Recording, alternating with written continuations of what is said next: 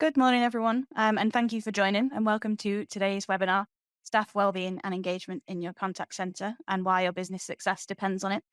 My name is Pip and I'm Senior Marketing Executive at MaxContact and I will be your host for today. I'm joined by Sean McIver and Natalie Calvert, who I'll hand over to shortly. For anyone who has joined today and doesn't know anything about MaxContact or who we are a customer engagement software platform that helps our customers build smarter, omni-channel customer experiences so they can reach the right people on the right channel at the right time. We are based in Manchester in the UK, and our software is developed in-house. We work with contact centres of all sizes across the UK, and over 50% of our feature updates last year were requested by our clients. So we really do work with our customers to ensure our products grow and evolve as they do. So before I hand over to Sean and Natalie for their introductions, I wanted to just touch on a couple of admin bits. So there is a question box. So if you do have any questions during the discussion today, please do pop them in there throughout as we have around 10 minutes of Q&A time at the end. There is also a chat box. So if you want to chat amongst yourselves or introduce yourself to others joining us today, feel free to do so in there. And finally, we are recording the session today, so we will send a copy of that over afterwards so you're able to watch it again or share with colleagues who it may be of interest to. So I'll now hand over to Natalie and Sean to introduce themselves properly. So Natalie, I'll come to you first. Hi, nice to see everybody. This webinar promises to be really good. I'm just going to introduce myself really briefly. I've been working across customer contact for a lifetime before it was customer contact, indeed. Um, I have had the pleasure and the privilege, I think, in many ways, to work with over 100 different organizations across about 200 plus staff, 250,000 staff, and across all parts of the world as well. So UK into Asia and out across the Americas as well. So what I hope to bring today is a load of experience that's based on having some huge successes, having gone through the learning curve considerably at various times, and to help really you listening today to improve employee well-being and employee engagement. So it's better for your customers and ultimately better for your organization. So hi, everybody. Thanks, Natalie. And Sean? Hello, my name is Sean McIver. I'm a product owner at MaxContact. I started off as a frontline member of staff in a contact center, and I worked my way up through the business across a number of different businesses. My role at MaxContact is to stand in the shoes of our customers, and really position it in the form of, okay, this is how this is going to be used. How is this going to be valuable? How is this going to be impactful? How do we make sure that this is going to be the very best version of this feature or aspect of the product that we can possibly design? I have a special interest area, and that is around well-being and engagement. I think it's hugely important, and I feel that now more than ever, for reasons that we'll discuss across the course of this session, it's really important to ensure that there is um, a conscious focus on well-being and engagement across businesses, in order to really ensure that the best outcomes are possible wherever necessary. So yeah, that's a short bit about me. Thanks, Sean. I want to start today by chatting to you both about staff wellbeing. Now, at the end of last year, MaxContact independently surveyed 750 customer-facing workers across the UK.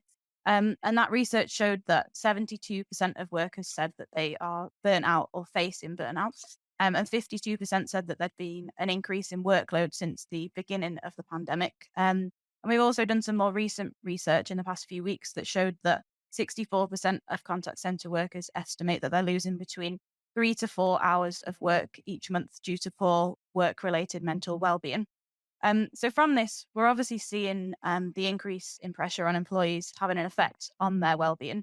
And I'm sure everyone knows that looking after your employees is obviously important from a human level, but I would like to know what impact does improved employee well-being have on business performance? So ultimately, why should businesses care about well-being? So Natalie, I'll come to you first on this one. Okay. I mean, it's fun. It's crazy, isn't it? At one level that we're actually asking the question, why should we look after our people? Why should we really care about their well-being? I mean, just think about that for a second. We're asking ourselves the question. But actually, most of us around customer contact with this world of the move into digital that we've been experiencing over the last couple of years, it's become more and more important that we actually really recognize the role of our people. So most of us know by now that good company culture increases revenues by, according to most of the stats, 4 times. Okay. We know that good company culture increases customer experience by upwards of 75%. And we know that good company culture is something that's really critical to key executives. And over 70% executives say it's their number one priority, right? Culture, well-being, employee engagement. But when it comes to customer contact, there are a couple of key things going on for us. Number one is that we've had this huge rise in staff turnover. And it's kind of had its waves, but more recently, it's been quite a significant shift. And we've had the great turnover. We've had the great resignation, haven't we? So part of employee well-being, we know that when employees are burnt out, one of the first things they do is get very stressed, and it leads to issues, and ultimately it leads to employees leaving. And employees leaving is costly. It costs about £3,000 to £5,000 to recruit somebody, and to bring them to real competency takes, on average, about £20,000 per person. Okay, so there's a real cost involved in employee retention. So we want to stop spending that money on bringing in new people and look after our staff. And the way we'll look after our staff is by getting them engaged with the organization. And just one other point really to say is that it's all also very much about performance, because we know that when employees are feeling good, they're doing the right things, they perform better. By that, I mean they perform better around their customers. Okay. So well and happy employees do and make our customers happier. So happier customers stay longer, spend more, and don't disappear. So it's about looking after retaining our staff. It's about ensuring that we deliver the performance that's needed by our organizations. And at a commercial level, that's why well-being is so important. One final thing, all of the numbers doesn't mean that we really have to care about individuals. And that's so critical in this. Well-being is around the individual spreading out to the team and across the organization. Over to you, Sean, your thoughts. I think it's interesting because you've mentioned around the cost of retention versus the cost of recruitment. And it's interesting because a long time ago now, businesses latched onto that. There was a huge turnaround of actually it's easier to retain a customer than to get a new customer in. And now what we're becoming more mindful of is actually that's exactly the same with our staff as well. And you've hit on kind of many of the points that I would certainly make myself. The more engaged a member of the team is, the more likely they are to feel valued at an individual level, and that's hugely important. We can all think of, the vast majority of people can think of a role that they've done, even if that was just not a paper round, where they didn't really feel valued. And when you think back to those times, you think back to, if someone had asked you at that point, what's your loyalty to that business? It's probably not huge. And I think that that's a really important aspect to this as well. That lack of feeling valued as a member of staff, um, it has a huge impact. It means that people are more likely to bounce. And there are statistics and, the research has shown that in cases where members of staff feel valued, engaged, and they have, a sense of well-being within the business, there's actually quite a high ceiling that comes in before they would be prepared to change job in terms of purely salary. So, for me, it's a business level. It's not just a tick box exercise. It's holistic. It's a whole person approach. When we talk about well-being, we're talking about physical well-being. We're talking about mental well-being. It's interesting to me that the physical well-being is almost mandated. You have to have your assessment of your desk set up. There's also just as much importance on being there on the mental well-being. And I think that's really important from my point of view as well at the individual level. Yeah. And it's become more challenging with working from home, hasn't it? That's got the other piece on that. Yeah. Absolutely. Yeah, for sure. Yeah. Thank you for talking us through that. So I read not too long ago another piece of research from the Institute of Customer Service that their research revealed that 60% of customer service workers experienced hostility in 2021. Now, with the cost of living crisis now in full swing and only set to get worse from what we're seeing reported in the news, I imagine this hostility is only set to increase with the stress and pressures building up on everyone. And ultimately, advisors are going to be dealing with more angry interactions from customers. So, how do you think this is going to affect those working in contact centers? And what can leaders do to help reduce the mental strain on their staff? So if I kick off here, so in terms of affecting those people in contact centers and reducing the strain, I think there's an element here where we are literally shooting our own foot off in contact center world. And that's really that I think we're creating our own stress levels. If you go back in time, 2 years ago, people needed a different skill set than they need today. They need to be able to deal with more complex issues with customers, more demanding customers, louder customers, and a whole raft of issues where they don't necessarily have the great systems and technology that they had perhaps once in the office. So the stress is also self-caused because we're not really skilling our people to deal with the moment of interaction. So how do we diffuse? How do we make the conversations better? How do we turn around a customer that's really frustrated? We've all had that experience, haven't we? When I've spoken to one person and they've just immediately, because I've been held in a queue, they really annoyed me because I've had a bad email that didn't address what I needed. The chat didn't really understand me and just made me go around in a loop. At that point, when I speak to a person, I'm really angry. So I know I've had that experience where an advisor can virtually really make me more angry. Gosh, I'm being polite. But on the other hand, I know I've had the advisor that can put me into the palm of their hand and look after me and manage my situation. That's what we need to be doing. We need to be ensuring that our frontline staff have the right skills to do the job. And right now, because of the way we've put digital in, clunk straight in all the pandemic, what we've got to make sure is that digital and the conversation itself is redesigned because it's really changing the traditional conversations that people have. So stress is partly self-caused, not 100%, but partly we need to sort that bit out before we try and sort out everything else, get the right skills at the front line and redesign that conversation for our new world that we're all operating in. Yeah, I would come back. I would agree with you on that one, Natalie. And I would add to that and saying, I think one of the core things that's important is that research is out there, that research is available. So let's acknowledge across our businesses that this is going to be happening, already happens, and it's going to happen more. That's the first thing to do, is acknowledge that it's going to happen. Tackle it in training right from the outset. Acknowledge it. I think providing training or a resource to support the staff when this happens is really important. Let staff know that they're empowered to handle unacceptable behavior appropriately. You know, if I'm when I was an advisor on the phones, if a customer spoke to me in a way that wasn't appropriate, I knew and I had tools available to me to say, that's, that's unacceptable in the appropriate manner. I was able to frame it in that way.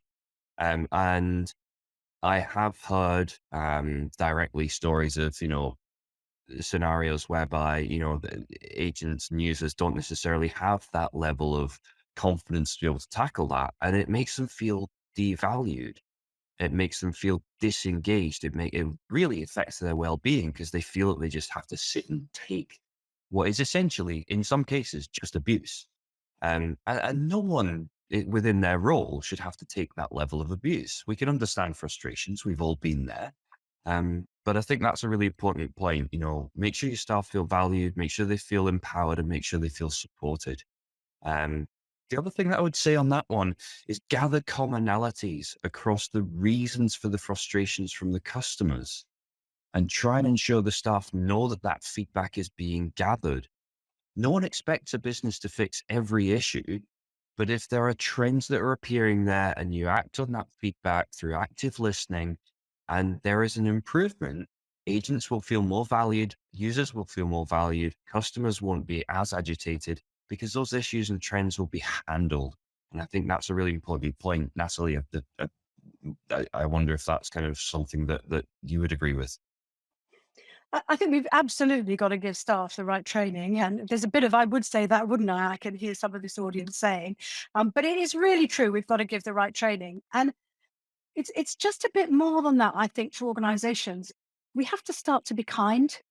And we have to start that with our leaders. Okay. So our leaders have to start to really understand the value of their people and how they can manage them and coach them to deliver great service, or to increase sales, or whatever the situation may be.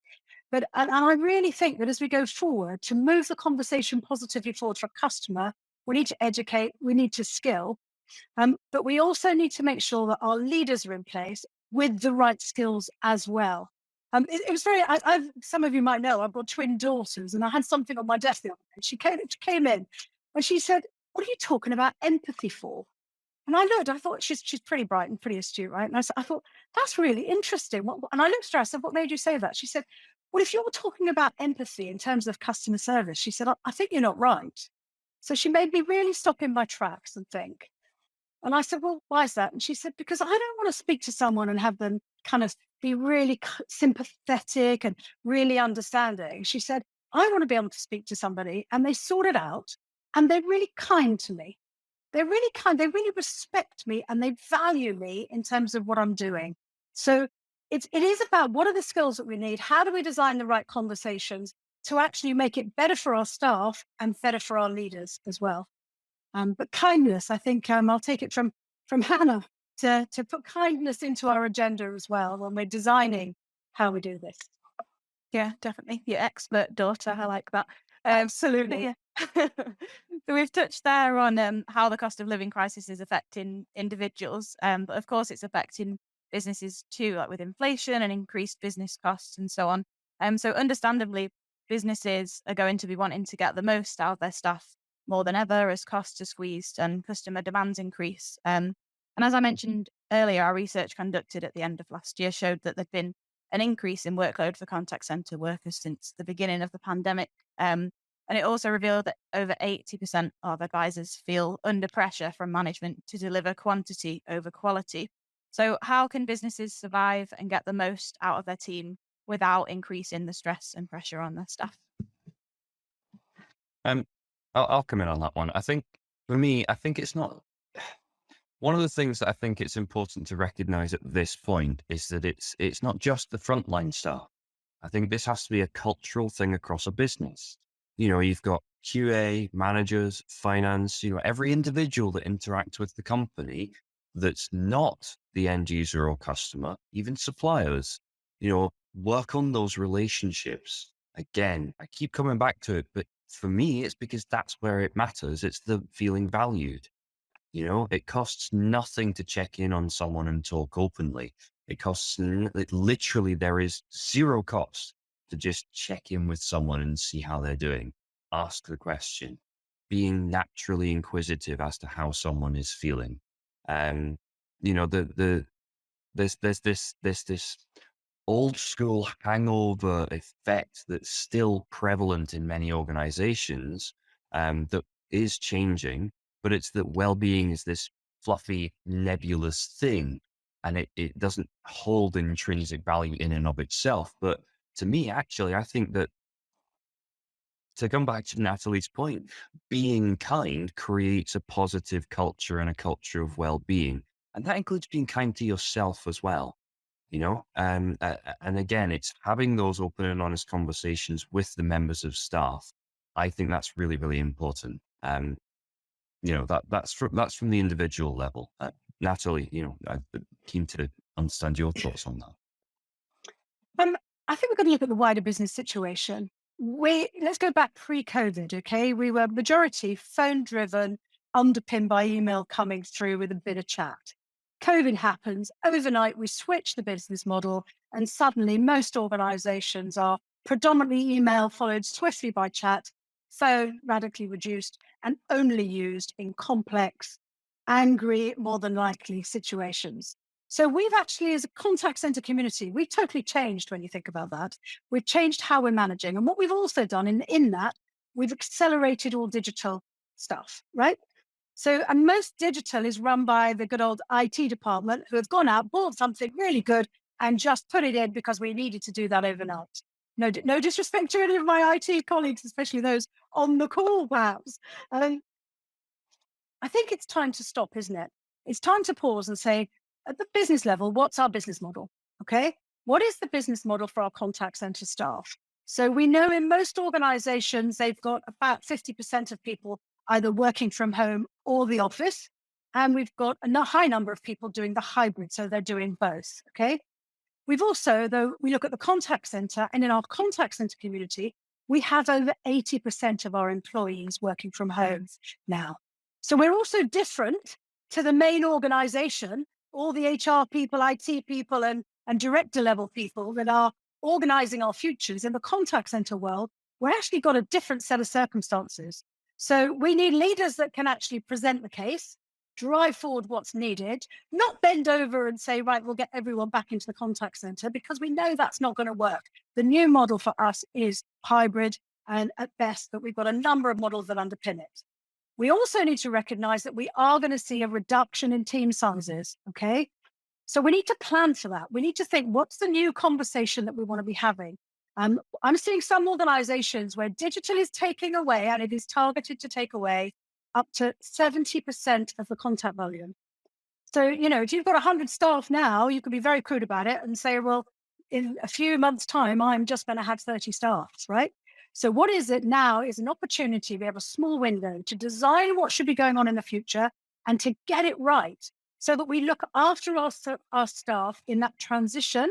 And that transition is either if they're going to stay or potentially go.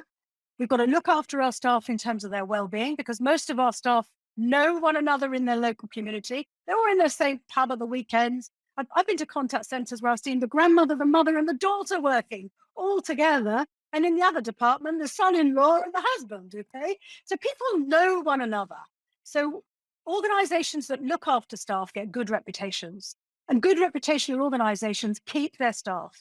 So there's a real message here is look after your staff so that whatever your journey is going forward around digital and all the changes that involves, that you keep to the core values of we're a people business. And most organizations say that, and you deliver it. But I think in our world, where our staff are also our community at a wider level, we need to really look after our people as we go forward. So we also need to manage staff through the process, make sure our leaders are equipped. And you know what? Be open and honest is the other thing I would say.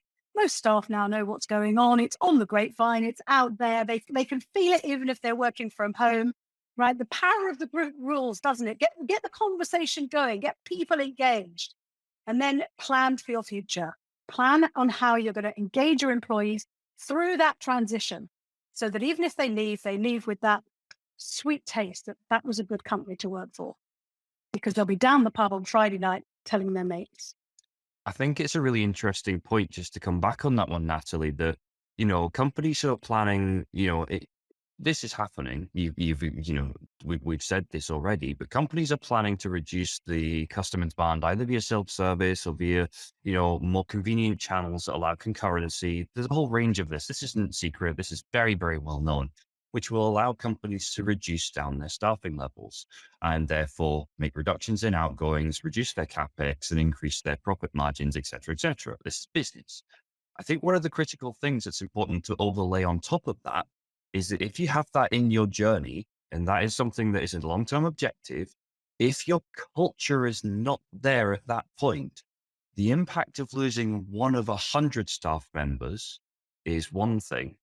But if you do reduce down to 30 staff, to continue with Natalie's example, and then you lose just one of those 30 staff, that's going to be much more impactful for that level of contact than, as a percentage of your staff. Even in raw maths, it's going to have a bigger impact. I think even, again, just to mention, Natalie's point before about the community side of it, you think about Maslow's hierarchy of needs. Once you're beyond a particular point where your basic needs are met and, certain other aspects are met, actually the next thing is feeling valued and part of a community. And if you're not creating that now, as we've already said, then when you then move towards this, more streamlined and potentially more intense model of working, then people are simply going to, essentially they're going to simply move on to another company where they are going to feel more valued and where they are going to feel more like they're doing work that's of value to the business and they're part of that community. Definitely. It's interesting, isn't it? Sorry, when you start to really explore that further and you start to think it through, it isn't as simple as 30 staff, because we know the conversations have got more complex. So we know average handling time's increased. We know the conversation is going to be different. So it's really important that this window of opportunity that we rarely get, that we really take advantage of, that we say, right, what does the future look like? What's my future model for hybrid, for my type of employee, the conversations I'm going to have, and the performance I'm going to deliver to the business? Because we're going through, as Pip said earlier on, a really tough economic time as well. And all the accountants want to do is do probably simply what I just did, said 100 becomes 30, deal with it. We've got to get our case together now, because that, if we don't, the impact on staff wellbeing and the wider community is going to be just not very pretty. Yeah, definitely. Thank you both.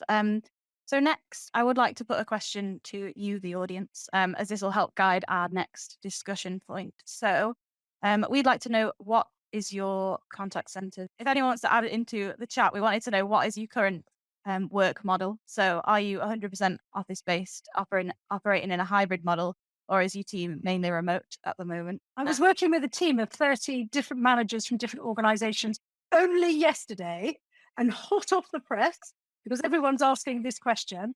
In this group of 30, that was predominantly large organizations, but some smaller organizations, over 90% were operating the hybrid model. And what was really interesting was, as we started the conversation, they all thought they had the same hybrid model. But when we delve down, there's over 12 different models of hybrid. And many of them are operating, wait for it, because life's complicated, 3 or 4 different models of hybrid within the same contact center to accommodate the needs of staff and the needs of the business. So hugely flexible. But there you have it from yesterday, if that's an indicator in terms of a different type of fold to be done. I'm just having a look at some of the comments that we're getting through as well. Brilliant. And yeah, we're looking mainly hybrid or home-based, actually. So yeah, that's predominantly the trend of the audience so far. So that leads me nicely into my next question. So Sean and Natalie, sticking with the well-being theme, in a hybrid and remote working world, it can be hard to pick up on staff well-being when you aren't interacting face-to-face quite so often. And I imagine, based off the comments that we're getting, this is a challenge some of the audience are facing based off the results. So how can contact center leaders manage this? Okay, if I pick that one up first, okay? So this is the one way to start to manage it. There's a number of things. Is really difficult, okay? But you've got to find a way of doing it. And that is cameras on. Make sure the blinking cameras are on. So we know that every single day we should be connecting with our staff and those cameras should be on.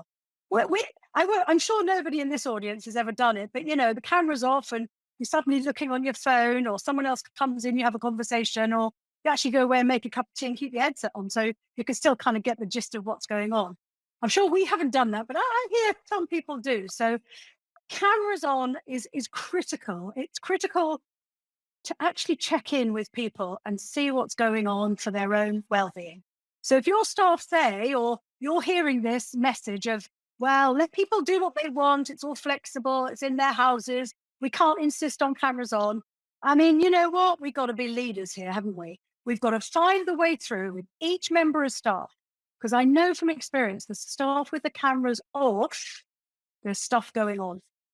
And that stuff going on can be really big clues in terms of employee well-being. I had a situation where one of the teams I was working with, one member of staff did not put her camera on. And we worked on it. And eventually she got her camera on, right? Because she was great. And it turned out she had a room behind her, a bit like Sean's. And it's sitting there where you've got your table was a number of crates, okay? Pallet crates. So the conversation went, what's happening with the crates? She'd actually decided to make a new bed, okay? Alarm bell triggered in the back of the head, right? Oh, how did that happen? I dismantled my old bed. I'm making a new bed out of pallets that I'm following on YouTube.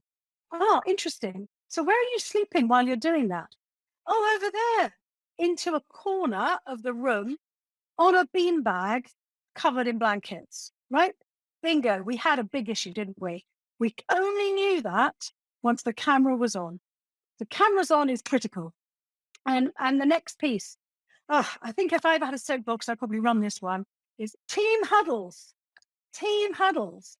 Um, Again, this recent group yesterday, 70% of people were doing team huddles, and most of them admitted that they really needed help running successful huddles. Most people don't like running them in a new hybrid world. How do we stand up? How do we deal with people on screen? Right? What do we do to make that really work for us? How do I engage people? How do I make it creative? All of those things. We've got to get magnificent at team huddles to improve communication, engagement, messaging, information, culture, community. Oh, the benefits are endless. We also did a recent valuation of team huddles, and we reckoned there was a payback of 1 in 11 in terms of the number. For every pound spent in time doing a team huddle, you got a payback of 11, but that's for a different day. So two things there, cameras on, team huddles, you'll go a long way to working on staff wellbeing. I think that's really interesting. The thing that I find interesting there as well is that even in a face-to-face environment, I've been on FaceTime with my friends regularly throughout lockdown, especially. And one of the things that came up was, oh, how's it going? Yeah, I'm fine. And there's that moment of, are you though? And it can be sometimes difficult to get an assessment on that one, which is really, really interesting for me. And I think that it's all too easy to wear mood masks. And I think that as part of managing staff well-being, I think there's an aspect of this that there's a responsibility again across the entire business as a culture to be open and honest and be forthright with how everybody's feeling. And that comes from leadership. You know, I one of the most impactful things that ever happened to me as a member of staff was when I was, working for a very large company on the front lines. And I think it was the CTO or something came to the site. And he was having lunch and came and joined us and everyone was talking and someone asked how he was. And he was like, do you know, I'm really struggling at the moment.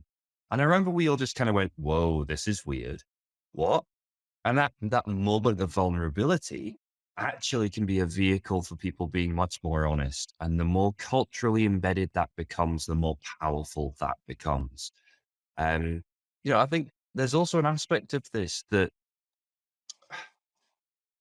there is a role that technology can play in this. And it doesn't have to be expensive. It doesn't have to be significant. It can be using the tools that are already there. And it can just be things that just augment the day to day. If you aren't interacting face to face with someone, if you're not able to turn to the user next to you and say, oh, that call was really challenging. And the other person can't respond with, oh God, yeah, no, I heard that sounded really difficult. If you don't have that, then that can be really challenging.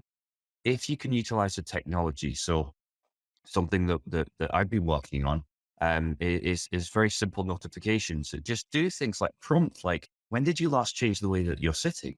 When did you last have a drink of water? When did you last actually kind of think about how you are mentally?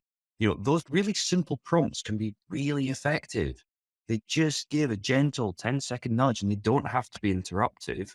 We're not asking to do some of the 10-minute hit session, but just those little gentle nudges, just going, have you thought about this? Can really make a big difference. It doesn't have to be high impact, big investment stuff.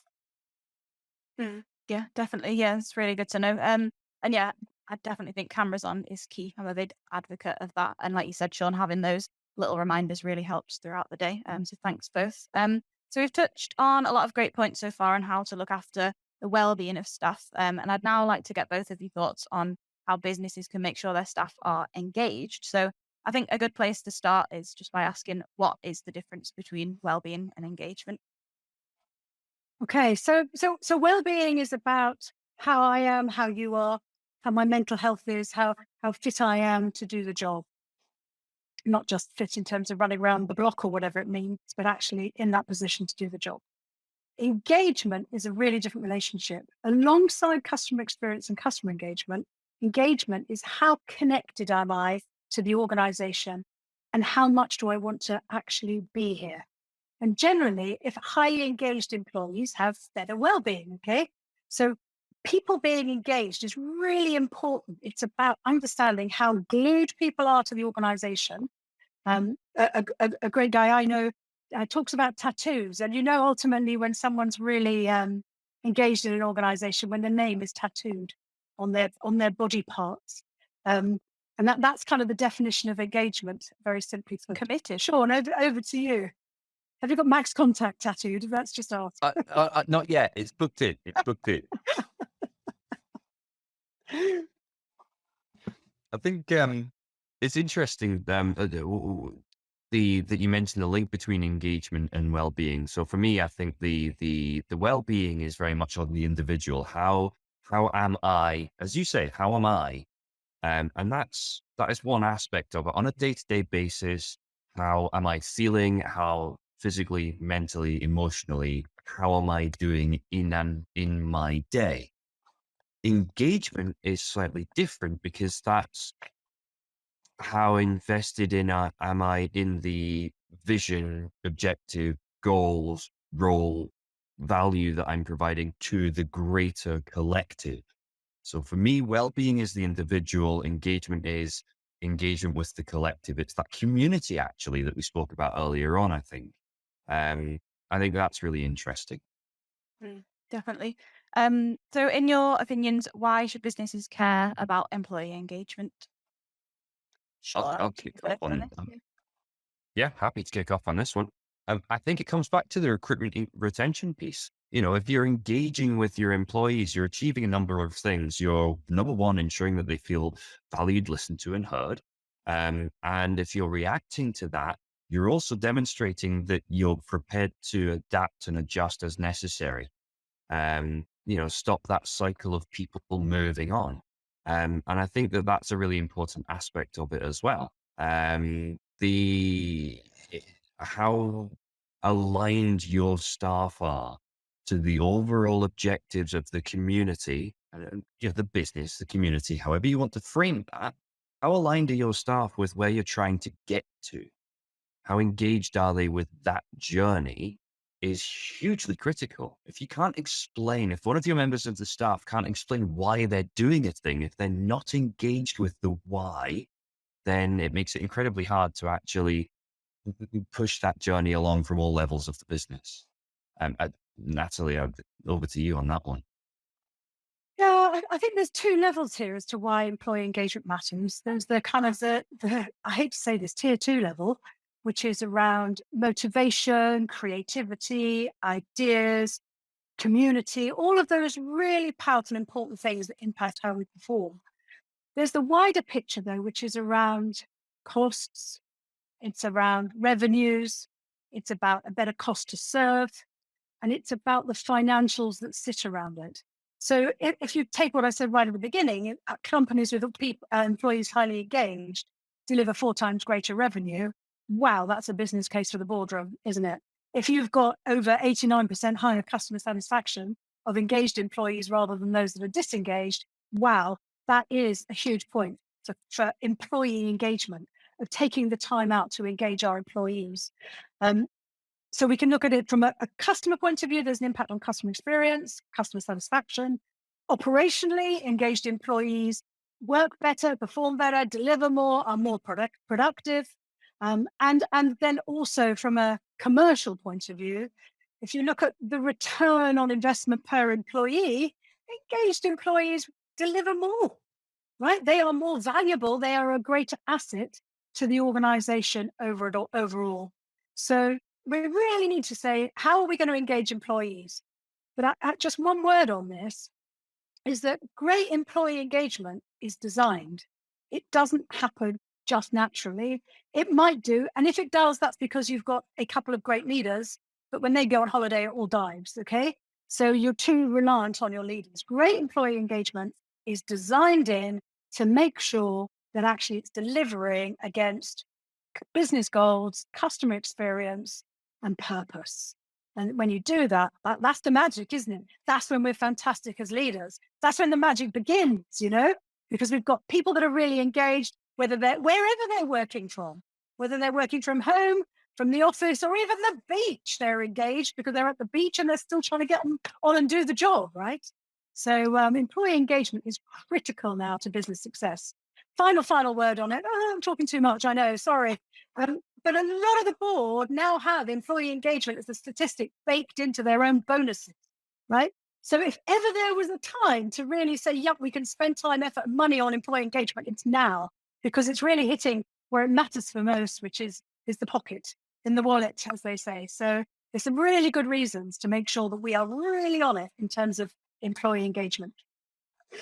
Amazing. So yeah, lots of benefits to increase engagement then. So as some of you shared earlier, a lot of you are operating in a hybrid remote working model. So on the same theme as the hybrid working wellbeing question earlier, Natalie and Sean, how do you maximize employee engagement in a hybrid working world? Okay, so if I pick that one up first, okay? So we talked earlier on about there's a whole range of different models. And actually, we've calculated 16 different models of hybrid working, okay? So hybrid working is working from home, hybrid working is a collective term, but the devil is in the detail, okay? So it's, first of all, in order to maximize it, understand what your model is. And if it's 2 or 3 models, understand that too. Get the policy, get the procedures right around implementing it. I take that as a given and that we all know that. Now, a while back, we developed what we call the CX employee engagement model, CX+EX. And that focuses, it's based on 6 key areas that impact employee engagement, okay?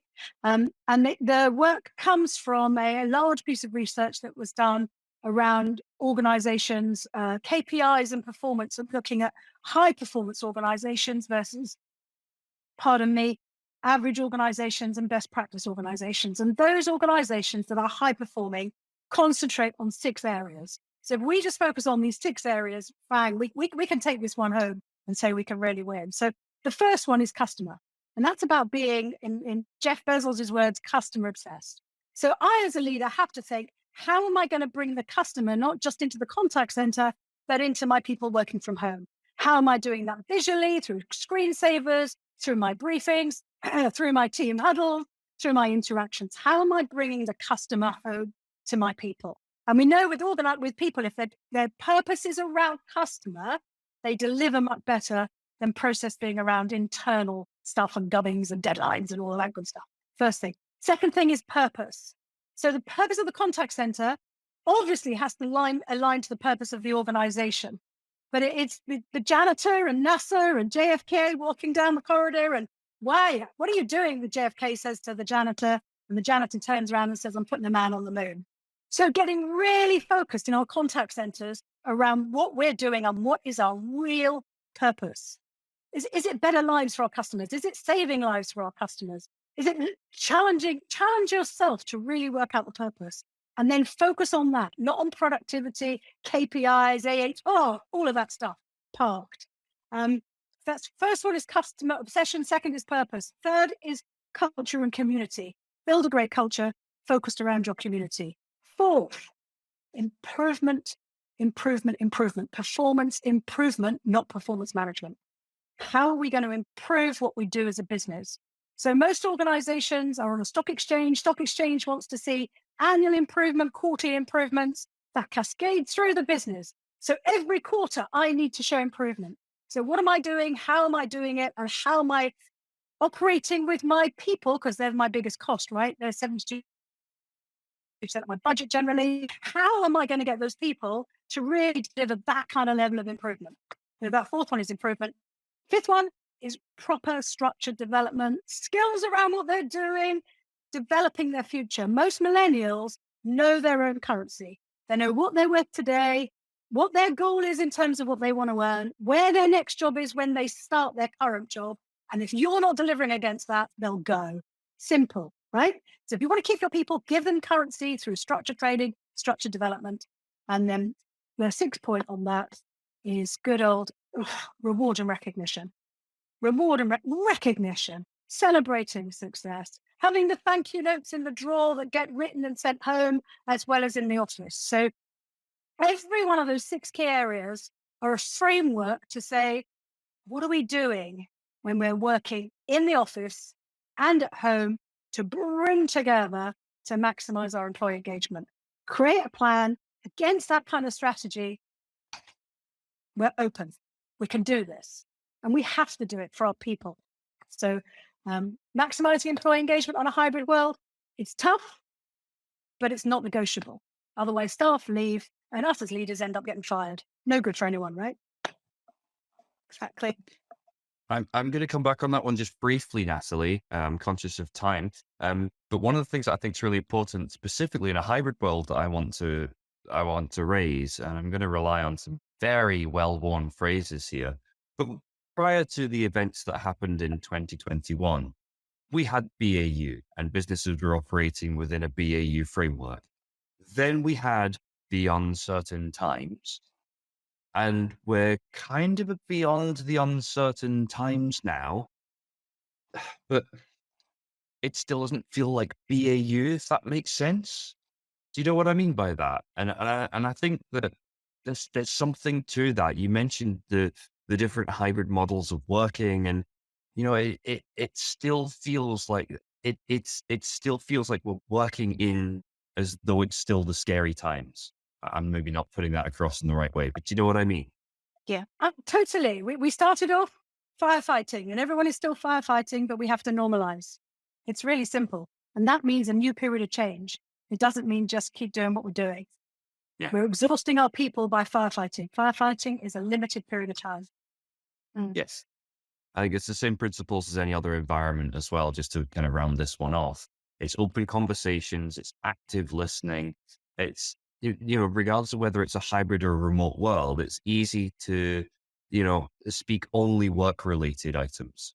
Genuinely for those who are on this conference, genuine question for those who are working remotely or in a hybrid model. When was the last time you had a conversation with someone that you work with that was about something that was not work related? In the office, that happens naturally because you're surrounded by that person. In the remote or hybrid world, that doesn't happen as easily. Have those equivalent of virtual water cooler moments, sparing all of 30 seconds for people, respecting their time, obviously, but just asking how they're doing. How did you get on with that report? Oh, that's awesome. Yeah. Oh, by the way, how's your daughter? I heard her coughing in the background on the call the other day. She sounded unwell. Whatever it might be, those human moments should normalize things. Check in with people. That way people feel more engaged and more invested at a human level. And I think it's cultural. Natalie said, you can have a few good leaders that can really drive engagement.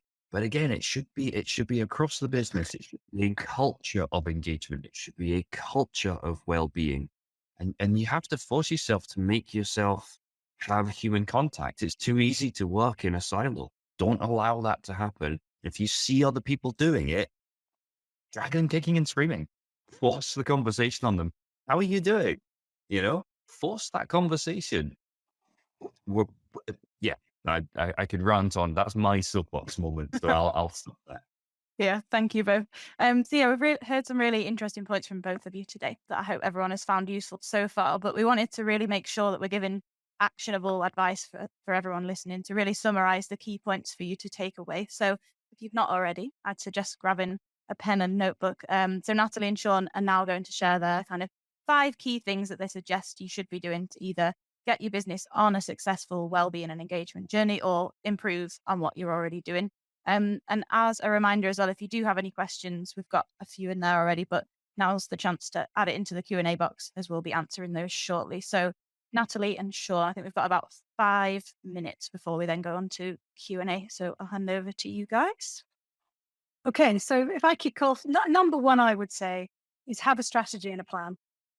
The old adage, a person going nowhere gets there fast. If I don't have a plan, I can't get there. So create the 12-month quarterly plan with clear actions, goals, and deliverables for employee engagement. The model that I just went through is a fantastic framework for that, and it really does sharpen and focus the mind. And I'll keep it brief. Over to you, Sean. For me, talk openly and honestly with people up in the business about well-being and engagement.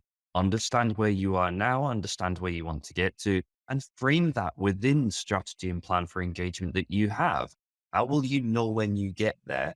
How will you know when it's improved? By talking to people and getting a sense of where people in the business feel in terms of well-being and engagement.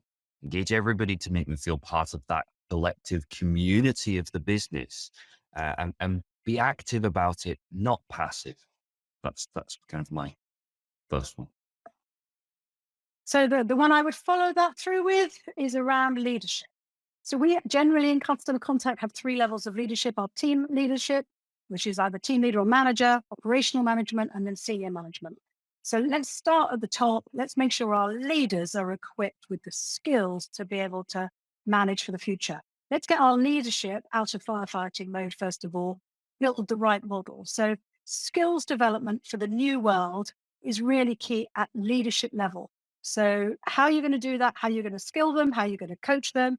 How you're going to really make sure that your leaders are ahead of the pack. Because if they're not, the way things are moving right now, you will be way behind the curve. And we're seeing that already with some organizations where they're being called out by employees. Take Brewdog very recently being called out by all employees for the way their leadership was managing. Take it that we've got to get our leadership sorted out. I'm just focused on customer contact. So our customer contact, customer experience leadership lead the way in most organizations because we're at the front, because we deal with customers. So let's get us sorted out. And I promise you the rest of the organization will follow through. So leadership development. Yeah. I think I've said this throughout the course of this conversation. I think the next one for me is culturize. Don't silo engagement and well-being to a single individual or one or two people. If we think back to what happened with previously in a number of very famous cases with customer experience, a lot of people had a customer experience team and they worked in silo and they worked on customer experience, and actually it didn't disseminate across the whole business. Where customer experience focus worked really, really well was actually where there was a whole enterprise level investment in no, let's be customer obsessed. Let's look at our customer experience. Everybody knew the vision. It prompted innovation. And that was where that's where the innovation happened, because everybody knew and people were putting forward their ideas. Same thing with engagement and well-being. It has to be the whole team have to understand why it matters to the business. And you can be honest about that in terms of revenues and all the rest. You could still be honest about those conversations. And actually, it makes it more believable and people will value that honesty about that conversation. Again, you could use your existing technologies to achieve this. I spoke about our well-being feature that we've recently developed. It doesn't have to cost the earth. It doesn't have to take more than 10 seconds to interact with. And then I guess the final point I would kind of bring that together with is there's no Fred Astaire without Ginger Rogers, is there? There's no strawberries without cream. Wimbledon's happening, and I live 5-10 minutes away. So there are certain things that go together, and employee engagement or employee experience goes hand in hand with customer experience, right? So we have to not treat employee experience in isolation and employee well-being. We have to make sure it's driven around what we're delivering for our customers. Because really, when we bring that employee experience and customer experience together, the Fred and Ginger, the strawberries and cream, it's magnificent, right? And it's magnificent for employees. It's amazing for leaders, but it also delivers for the organization. And that's what us in customer contact, I believe, we're fundamentally all about. So bring customer experience and employee experience together. That's amazing. Thank you both. I hope everyone was scribbling those down, ready to implement. So we've got 5 minutes now for some audience questions. We have got quite a few to get through. So for any that we don't get to now, we will follow up with everyone afterwards. So first one I'm going to ask around team huddles that you mentioned earlier, Natalie. So I love the idea of a team huddle and would love to implement this in our workplace. However, the difficulty that we come up against is how we will ensure continuity of service, e.g. calls being answered, if we're having to remove staff from calls to have the huddle. So how? Okay, a classic. So very simply, let's say I've got a team of 10 staff. Let's keep it really kind of fair. And if I'm going to have a team huddle, then I've got everyone off the phone. So what do? I have 2 team huddles or 3, right? I don't have 1 team huddle. So team huddles work brilliantly. They're a bit like religion, same time, same place, same day, right? So in terms to have a successful team huddle, high performing organizations, what they do with team huddles, which is different, they do them daily, right? So team huddles to be successful are daily. And me as the manager, I have a great pack and I deliver a team huddle, not a meeting, a huddle. If I've got 1 team, 3 times a day, okay? To the same message to that team. So it's harder work, but a team huddle should be definitely between 5 and 15 minutes. So it isn't a huge amount of time. It's what goes in. That's the key thing. Yeah. Okay. And Sean, I'll come to you on the next one.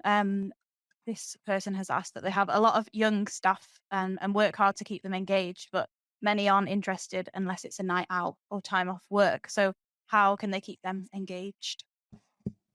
Um, I suppose the big thing is have a conversation with them, explain the situation, be open and honest. The business can't afford to do a night out every Friday. It can't afford to do, extra time off every single day. But what are some of the small day-to-day things that the business would be able to do? I've heard all sorts of well-being initiatives from, free fruit Fridays, and some of them are more costly, some of them are less costly. Again, utilizing your technology that you already have. One of the things that's really, come forward through the course of lockdown as an example of this, for those who use Microsoft Teams, is the Viva Insights, telling you where your focus time has been, things like that, being proactive and saying, oh, you're actually spending a lot of time doing this particular thing. You can utilize existing technology that's been developed over the course of these uncertain times as well. And I think that, yeah, engage with the individuals and say, here's a challenge. If you can come up with a solution, we'll be more than happy to do it. And again, they'll feel engaged by doing that.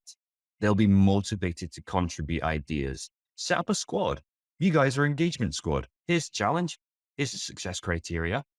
How do you want to go about doing that? The floor's open. We'll hear anything. Yeah, that's good points. Thanks, Sean. Next question. So we have a problem with comms in the team. We use Teams, meetings, and huddles, but we also send emails for information which the team often don't read. So are there any tips around that? I pick that up. Stop sending emails, number 1. Okay. So think about your audience. We know that how people take in information is different. So emails are fine, but actually we're living in a very video delivering world, right? So I, as a manager, have to communicate 1 message at least 3 times across 3 channels. So I might do it by email, I might do it by visual video, and I might do it by messaging. So a message that you want to communicate, you've got to do it at least 3 times across each channel. So each message, 3 times 3 is 9 times I'm delivering a single message to get it across, because I have different generations of audience, generally in my contact center, which is one of the beauties of how we work. But also not just different generations, I must make sure that different learning styles, whether people are visual, auditory, kinesthetic, or they like to read and write, whatever it may be, I'm encompassing it all. So absolutely. If you look at my inbox now, I mean, people tell you I'm rubbish at reading my emails. I'm absolutely rubbish, right? Get me live on a call, get me on a video, happy as a bunny, right? Just different world.